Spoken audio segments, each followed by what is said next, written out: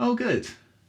There aren't any clouds. Hello, and welcome back to Stories from the Mouth. So the other week, my friend Charlotte and I decided to embark on our first self-isolation watch-along.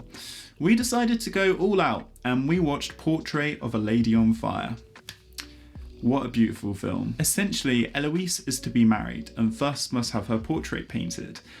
This is a task that was failed by the previous person who was meant to do it, and so Marianne is hired to complete it covertly without Eloise's knowledge. The director, Céline Sciamma, utilises the simple premise along with the backdrop of 18th century France to explore complex characters and themes that are as relevant today as they would have been then. The main thing which sums up my experience with this film is that it's a French film, so we were watching it with subtitles.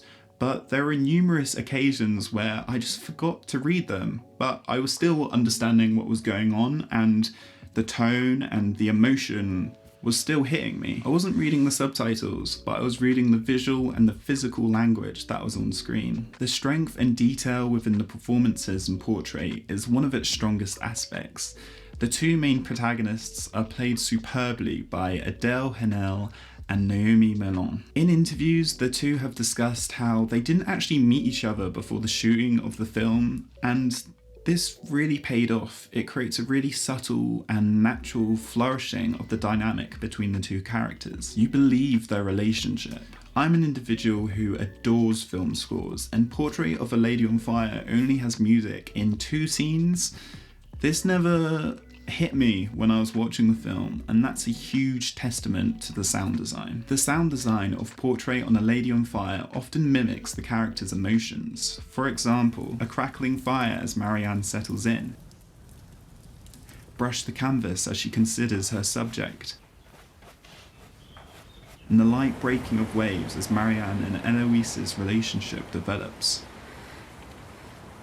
The cinematography of this film is controlled, considered, and allows the characters to breathe, with similarities to Kubrick's Barry Lyndon in the sense that many of the frames could be paintings on their own. Visual pleasure is a central theme to the film, with the relationship of the two characters developing through frequent looks and glances. The male gaze is subverted here as we are given time to appreciate these characters for their complexities and not just their bodies as a visual object. The relationship between Eloise and Marianne does not feel overperformed for the camera.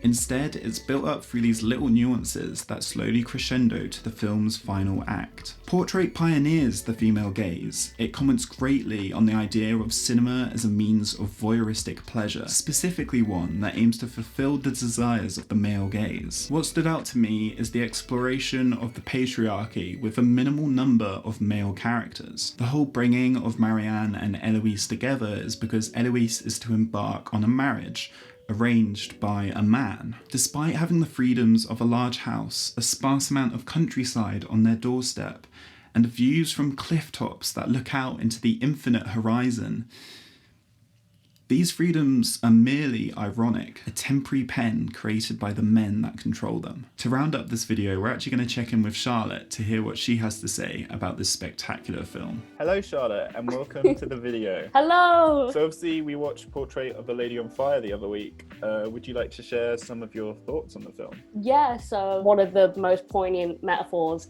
is in the portrait itself. Before Marianne actually meets Eloise, she is hearing like other people's opinions of her and being introduced to her physicalities through a portrait, which is in fact painted by a man. When she goes on to meet her, she is in a sense viewing her through the eyes of a man within like the portraits that she paints. The first portrait doesn't really go to plan, and to like the casual viewer, it's like you've just captured her, how she looks. I think it's more a reflection of like how she is still not seeing her for who she truly is. And it's only when she becomes more intimate with Eloise and they essentially don't have any secrets between them, that's when she can truly like resemble her for her personality, her essence, and not just an object that was in the previous portrayals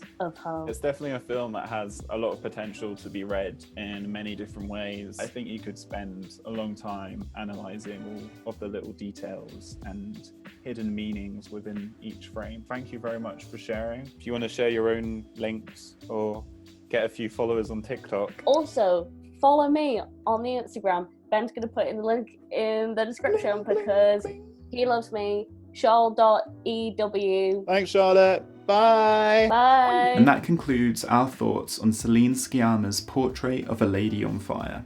If you enjoyed this video and found it interesting, please do give it a like. If you've seen the film and want to share your own thoughts, comment below. And if you'd like to see more videos and support the channel, then please do subscribe.